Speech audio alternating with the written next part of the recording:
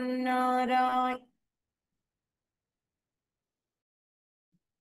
ॐ श्री गुरुभ्यो नमः।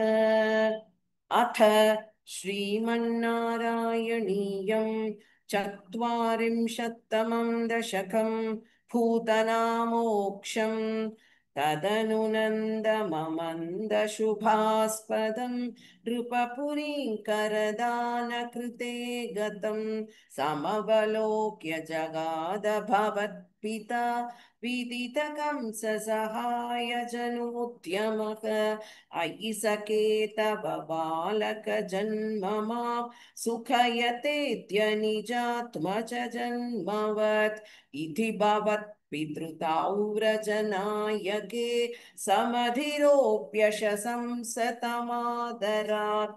इह च सन्त्यनिमित्तशतानि ते कटकसीनिततो लघुगं यताम् इति च दद्वचसा व्रजनायक भवतपायभिया धृतमाययौ अवसरे खलु तत्र च काचन व्रजपदे मधुराकृतिरङ्गना तरलषट्पदलालितकुन्तला कपटपोतकते निकटं गता सपदि सा हृतबालकचेतना निशिचरान्वयजा किल पूतना व्रजवधूष्विह केयमिति क्षणं विमृशतीषु भवन्तमुपाददे ललितभावविलासहृतात्मभिः युवतिभिः प्रदिरोद्धुमपारिता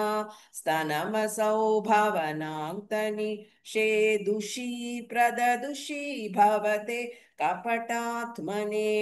समधिरुह्य ततङ्कमशङ्कितः स्तवम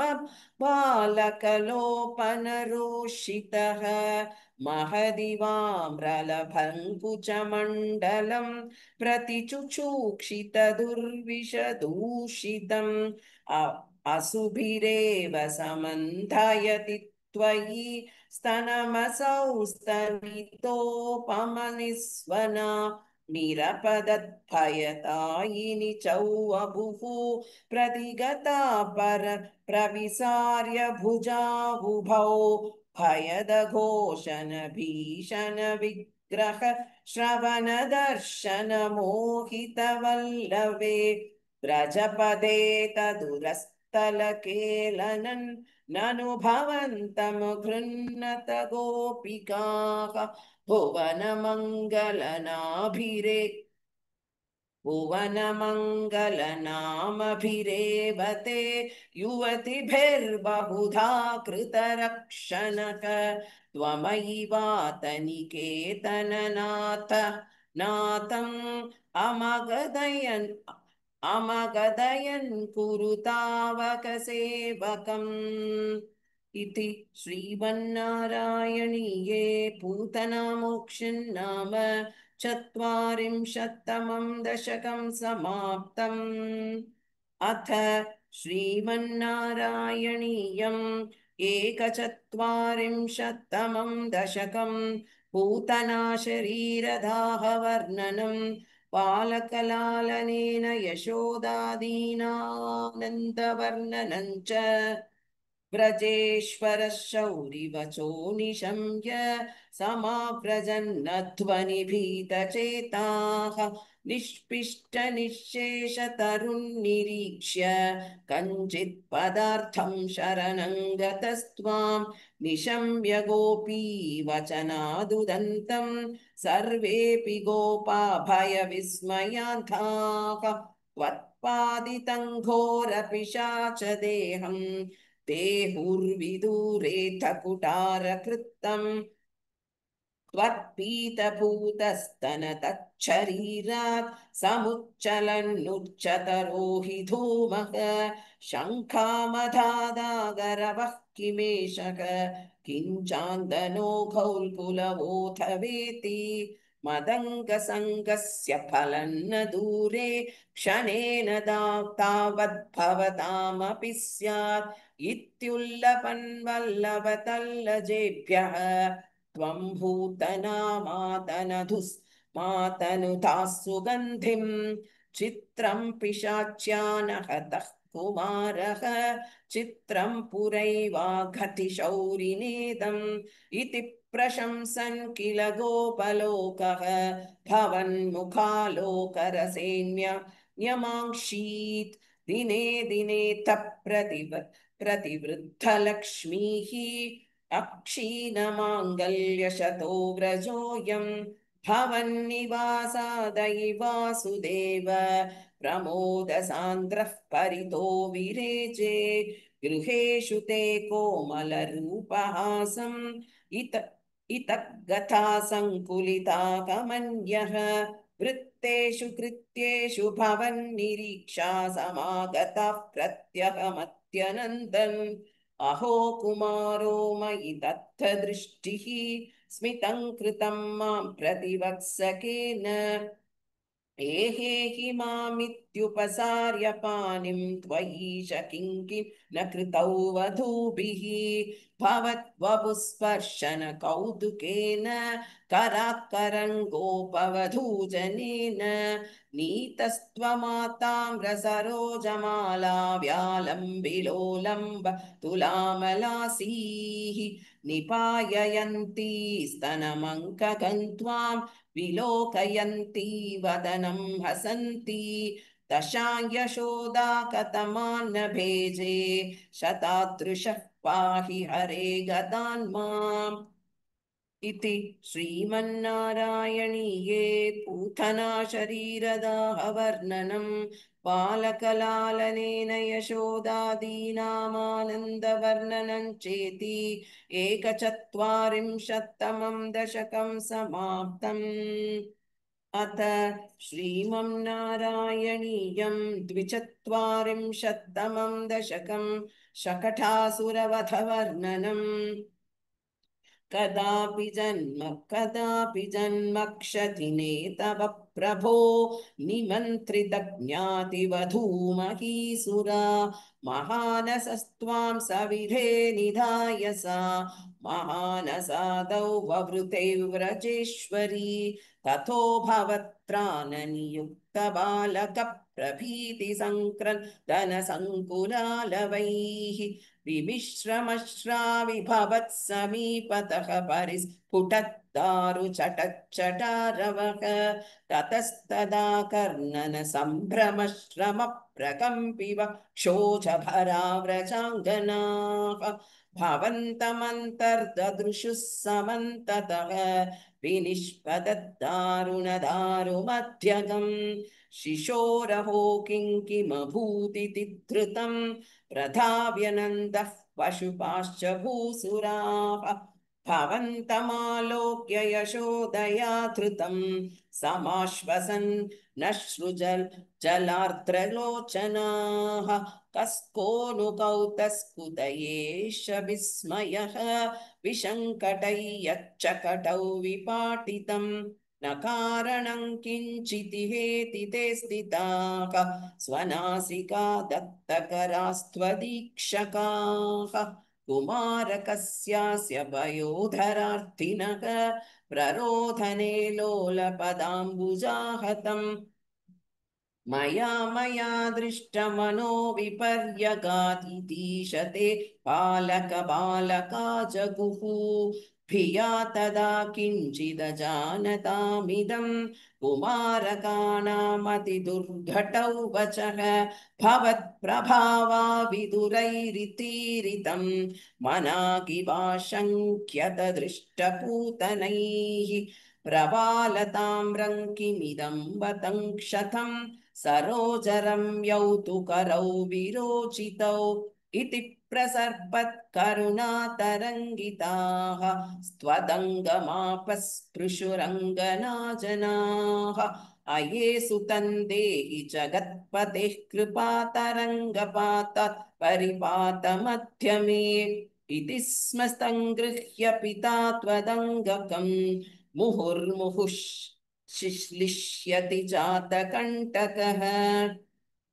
अनो निलीनः किल हन्तुमागतः सुरारिरेवं भवता विहिंसितः रजोऽपि नो दृष्टममुष्यदत्कथं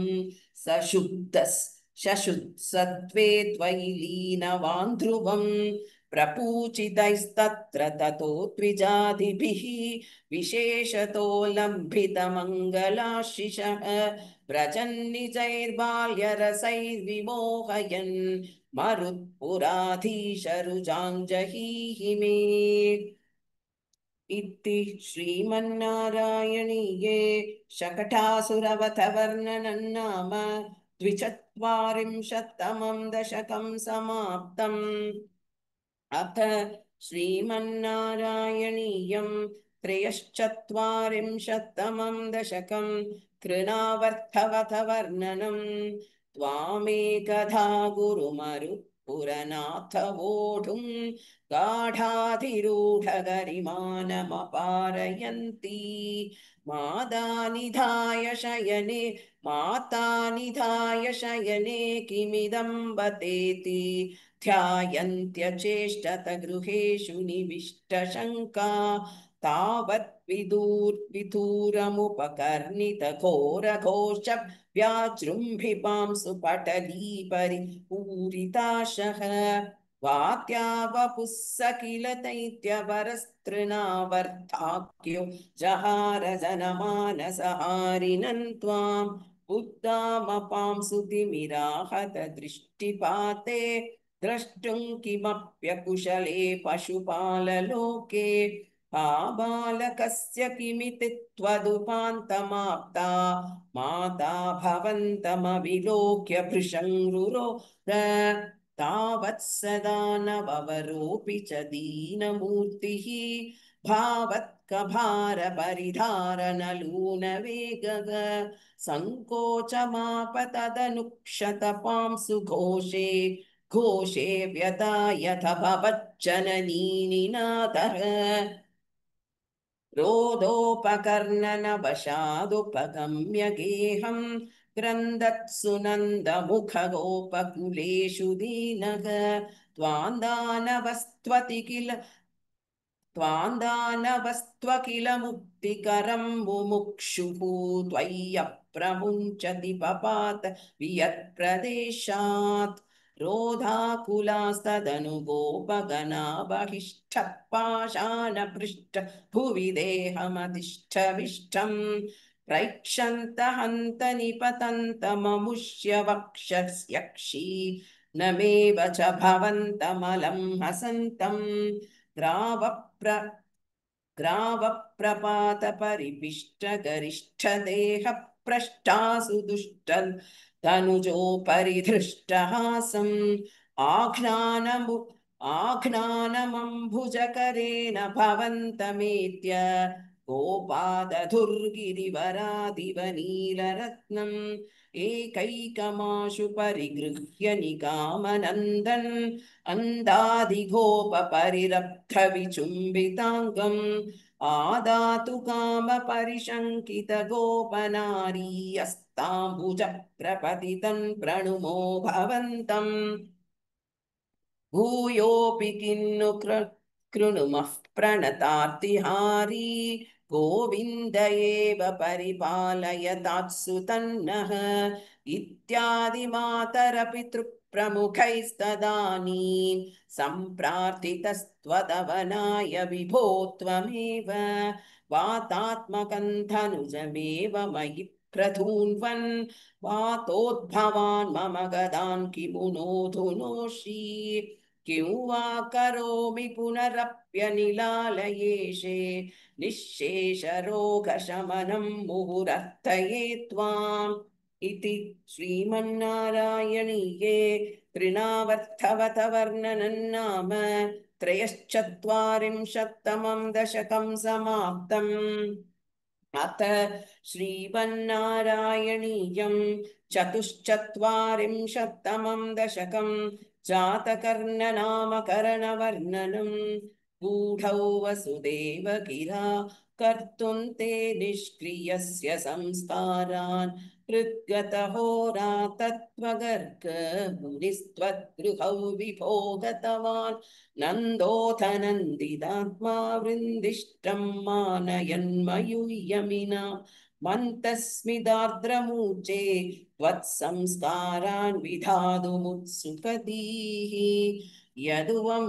यदुवंशाश्चार्यत्वात् सुनिपृत मिदमार्यकार्यमिति कथयन्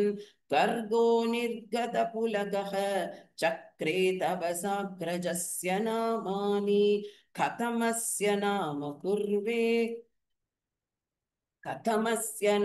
कुर्वे सहस्रनाम्नो ह्यनन्तनाम्नो वा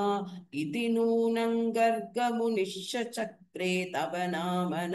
रहसि विभो कृषिधाधुनकाराभ्यां सन्तानन्दात्मतां किलाभिलपत्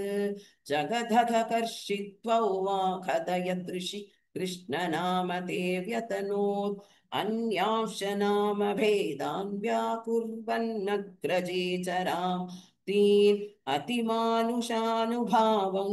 न्यगदत्त्वामर प्रकाशयन् पित्रे स्निह्यति यस्तव पुत्रे मुह्यति समायिकैः पुनः शोकैः गृह्यति यः स तु नश्येत् इत्यवदत्ते महत्त्वौ ऋषिवर्यः चेष्यति बहुतर दैत्यान् नेष्यति निजबन्धुलोकममलपदं श्रोष्यति सुविमलकीर्तिः तस्येति भवद्विभूतिरुषिरुचे अमुनैव सर्वदुर्गन् तरितास्थघृतास्तमत्र तिष्ठत्वं हरिरेवेत्यभिलपि हरिरेवेत्यनभिलवन्यादि त्वामवर्णयत् स मुनिः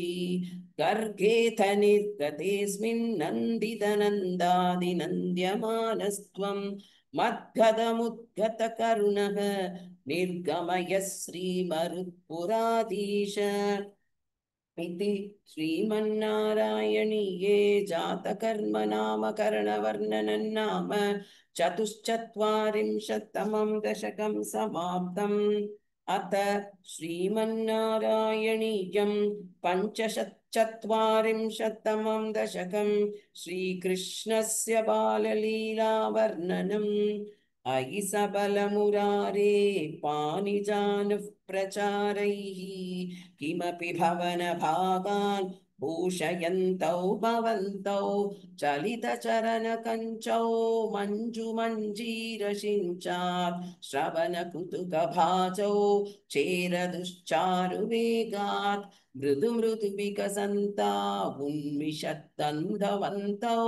वदनपतितकेशौ दृश्यपादाब्जदेशौ भुजगलितकरान्दव्यालगत्कङ्कणाङ्कौ महिमहरदमुच्चैः पश्यतां विश्वनूनाम् अनुसरति जनौघे कौतुकव्याकुलाक्षे किमपि कृतनिनादौ व्याहसन्दौ द्रवन्दौ वलितवदनपद्मं पृष्ठतो दत्तदृष्टिः किमिव न विदधाते कौतुकौ वासुदेव धृतकतिषु पतन्ता उत्थितौ लिप्तपङ्कौ दिवि मुनिभिरभङ्गैः सस्मितौ वन्द्यमानौ धृतमत जननीभ्यां सानुकम्बं गृहीतौ मुहुरुपि परिरब्धौ त्राक्युवाङ्चुम्बितौ च स्नुतकुच परमङ्के धारयन्ती भवन्तं तरलमति यशोदास्तन्यदा धन्यधन्या कपटपशुपमध्ये मुग्धहासाङ्कुरन्ते दशनमुकुलहृत्यौ वीक्ष्य वक्त्रं जहर्ष तदनुचरनचारीदारगैः साकमारात् निलयततिषु खेलन् बालचापल्यशाली भवनशुकपिटालान् वत्सकांश्चानुधावन् कथमपि कृतहासैर्गोपकैर्वारितो भूः अलधरल् सहितस्त्वयि यत्र यत्रोपयातः विवशपतितनेत्रास्तत्र तत्रैव गोप्यः विगलितगृहकृत्या विस् विस्मृतापत्यभृत्याः मुरहरमुहुरत्यन्ताकुला नित्यमासन् प्रतिनवनवनीतं गोपिका दत्तमिच्छन् कलपदमुपगायन् कोमलं क्वापि नृत्यन् सदय युवतिलोलैकर्पितं सर्पिरश्नन् पिरश्नन् क्वचन न विपक्वन् दुग्धमप्याभिवस्त्वम् मम खलु बलिगेहे याचनं जातमास्ता इह पुनरबलानामक्रदो नैव कुर्वे इति विहितमतिः किं देव सन्त्यज्य याज्ञां धतिघृतमहरस्त्वं चारुणाचोरनेन तव धतिघृतमूषे घोषयोषा जनानाम् अभजत हृदि रोषो नावकाशन्न शोकक हृदयमपि मुषित्वा हर्षसिन्धौ न्यदास्त्वं सममशमय रोगान् वातगेहाधिनाथ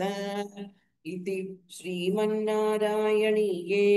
श्रीकृष्णस्य बाललीलवर्णनन्नाम पञ्चचत्वारिंशत्तमं दशकं समाप्तम् अथ श्रीमन्नारायणीयं षट्चत्वारिंशत्तमं दशकं विश्वरूपप्रदर्शनवर्णनम् अयि देव पुरा किल त्वयि स्वयमुत्थानशये स्तनन्धये परिजृम्भणतो व्यपावृते वदने विश्वमचष्टवल्लवी पुनरप्यथ बालकैः समं त्वयि लीलानिरते जगत्पते फलसञ्जयवञ्जनगृथा तव भोजनमूचुरभगाः अयि ते प्रलयावधौ विभोक्षितितो याति समस्त भक्षिणः मृदुपाशनतोरुजाभतेति इति भीता जननी चुकोपसा अयि दुर्विनयात्मकत्वया किमु मृत्सा बत वत्स भक्षिता इति मातृगिरञ्चिरौ विभो विततां त्वं प्रतिजङ्जिषे हसन् अयि ते सकलैर्विनिश्चिते विमतिश्चेद्वदनौ विदार्यताम् इति मातृविभर्सितो मुखं विकसद्भद्मनिभौ व्यदारयः अपि मृल्लवदर्शनोत्सुकां जननीं तां बहुतर्पयन्निव पृथिवीं निखिलान्न केवलं भुवनान् यप्यखिलान् यदीदृशः कुहचित् वननं भुवि क्वचिदिभ्रं कुहचिद्रसातलं मनुजादनुजा क्वचित् सुराः ददृशे किन्न तदा त्वदानने कलशाम्भुदिशायिनं पुनः परवैकुण्ठपदाधिवासिनं स्वपुरश्निदार्भकात्मकं घटिता त्वान्न ददर्श सा मुखे विकसद्भुवने मुकोदरे ननु भूयोऽपि तथा विधाननः अनया स्फुटवीक्षितो भवान् अनवस्थां जगदाम्बदापद्वतातनोत् धृततद्वधियन्तदाक्षणं जननीं तां प्रणयेन मोहयन् स्तनमम्बदिशीत्युपासजन् भगवन्नद्भुतपालपाहि माम् इति श्रीमन्नारायणीये विश्वरूपप्रदर्शनवर्णनं नाम षट्चत्वारिंशत्तमं दशकं समाप्तम् अथ श्रीमन्नारायणीयं सप्तचत्वारिंशत्तमं दशकम् उलूकलबन्धनवर्णनम् एकदा धतिविमाथकारिणी मातरं समुपसेदिवान् भवान् स्तन्यलोलुपतया निवारयन् अङ्कमेत्य पपिवान् पयोधरौ अर्धपीतकुचकुड्मले त्वयि स्निग्धः समधुर ननाम्बुजे दुग्धमीशदहने परिसृदन् धर्तुमाशु जननि जगामते सामिपीतरसभङ्गसङ्गत क्रोधभारपरिभूतचेतसा मन्थदण्डमुपगृह्य पाटितं हन्त देवधदिभ जनौ त्वया उच्चलध्वनितमुच्चकैस्तदा शन्निशम्य जननी समाधृता त्वद्यशो विसरवद्ददर्श सा सद्य एव धदिविसृतं शिखौ वेदमार्गपरिमार्गितं वृषा त्वामवीक्ष्य परिमार्गयन्त्यसौ सन्ददर्श सुकृतिन्युलूखले धीयमाननवनीत मोदवे त्वां प्रगृह्य भत भीतिभावना भासरा न भासुरा नन सरोजमाशु सा रोषरूषितमुखी सखी पुरो बन्धनाय रशनामुपाददे बन्धुमिच्छति यमेव सज्जनः त्वं भवन्तमयि बन्धुमिच्छति सा नियुज्य रशनागुणान् बहून् त्वय्यङ्गुलो नमखिलङ्किलैक्षत विस्मितोत्स्मितसखी जनेक्षितां स्विन्नसन्नवपुषन्निरीक्ष्यतां नित्यमुक्तवपुरप्यहो हरे बन्धमेव कृपयान्वमन्यथाः स्तीयतां चिरमुलूखले खले ध्यागता भवन मेव सा यदा प्रागुलुखलबिलान्तरे तदा सर्पिरर्पितमनन्तवास्थिताः यत्यपाशु सुगमो विभो भवान् संयतः किमु सभाषयानया एवमादिदिविजैरभिष्टुतः वातनाथ परिपाहि मां गदात् इति श्रीमन्नारायणीये उलूखलबन्धनवर्णनं नाम सप्तचत्वारिंशत्तमं दशकं समाप्तम् अथ श्रीमन्नारायणीयम् अष्टचत्वारिंशत्तमं दशकं यमलार्जुनभञ्जनवर्णनम् सुधासुरौघैस्त्वमुदारसम्मदैः उदीर्य दामोदर इत्यभिष्टुतः मृदूदरस्वैरमुलूखले लगन्नादूरतो द्वौ ककुभावुदैक्षताः कुबेरसूनुर्नलपूरभराभितः परो मणिग्रीव इति प्रताङ्गतः महेशसेवाधिगतः श्रियोन्मतौ चिरङ्किलद्वत् विमुखावकेलतां सुरापगायां किल तौ मधुकटौ सुरापगायत् बहुयौवता वृतौ विवाससौ केलिपरौ सुनारदः भवत्पदैकप्रवनो निरैक्षत भिया प्रियालोकमुपातवाससं पुरो निरीक्ष्यापि मदान्धचेतसौ इमौ भवद्भक्त्युपशान्तिसिद्धये मुनिर्जगौ शान्तिमृते कुतः सुखम् युवा युवामवाप्तौ ककुभात्मताञ्चिरं हरिं निरीक्ष्याथ पदं स्वमाप्नुतम् इतीरितौ तौ भवदीक्षणस्पृहां गतौ व्रजान्ते ककुभौ बभूवतुः अतन्द्रमिन्द्रद्युप् अतन्द्रमित्रद्वयुगं तथाविधं समेयुषा मन्दरकामिना त्वया तिरायुतोलूखलरोधनिर्धृतौ चिराय जीर्णौ परिपातु तौ तरु अभाजिषाखित्वितयै यथा त्वया तथैव तलान्निरेयुषा महात्विषा यक्षयुगेन तक्षणादभाजि गोविन्द भवानपि स्तवैः इहान्यभक्तोऽपि समेष्यति क्रमात् भवन्तमेतौ खलु रुद्रसेवकौ मुनिप्रसादात् भवदङ्घ्रिमागतौ गतौ वृणानौ खलु भक्तिमुत्तमाम् ततस्तरुद्धारनदारुणारवप्रकम्पि सम्पातिनि गोपमण्डले विलज्जितत्वज्जननी मुखेक्षिणा व्यमोक्षिनन्देन भवान् विमोक्षतः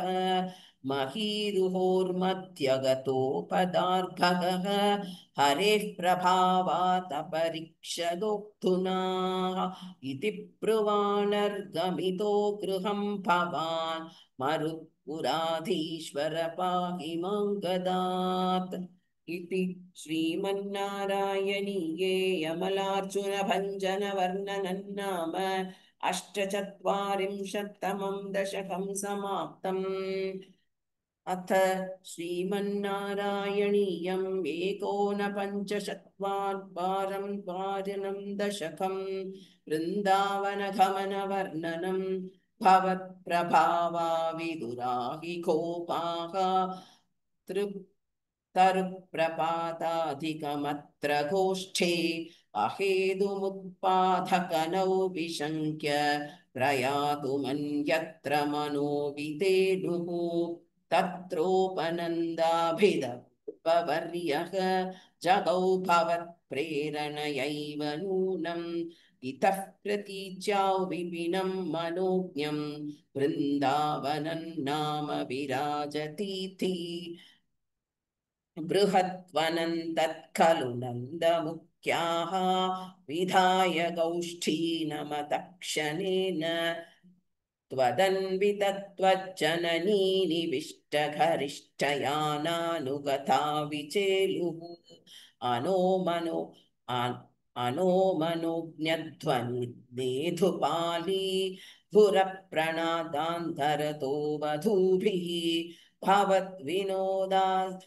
लपिताक्षराणि प्रपीयनाज्ञायतमार्गदैर्घ्यं निरीक्ष्य वृन्दावनमीशनन्दन् प्रसूनकुन्दप्रमुख ध्रुमौघम् अमोदधाशाद्वलसान्द्रलक्ष्म्या हरिन्मणिकुट्टिमपुष्टिशोभम् नवाकनिर्व्यूढनिवासभेदेष्वशेषगोपेषु सुखासितेषु वनश्रियङ्गोपकिशोरपाली विमश्रितः पर्यगलोकतास्त्वम् अरालमार्गागतनिर्मलापां मरालुपूजाकृतनर्मलापां निरन्तरस्मेरसरोजवक्त्रां कलिन्दकन्यां समलोकयत्स्वम् मयूरकेकाशतलोभनीयं मयूखमालाशुफलं मणीनां विरिञ्चलोकस्पृशमुच्चशृङ्गैः विरिञ्चलोकस्पृशमुत्सृङ्गैः गिरिञ्च गोवर्धन मैक्षतास्त्वं समन्ततो गोपकुमारकैस्त्वं समन्ततो यत्र वतान्नमाघाः ततस्ततस्त्वा कुटिलामपश्यः कलिन्दजां राघवतीमिवैकां तथा विधेऽस्मिन् विपणे पशव्ये समुत्सुको वत्सगणप्रचारे चरन् स रामोऽथ कुमारकैस्त्वं समीरगेहाधिप पाहि रोगात्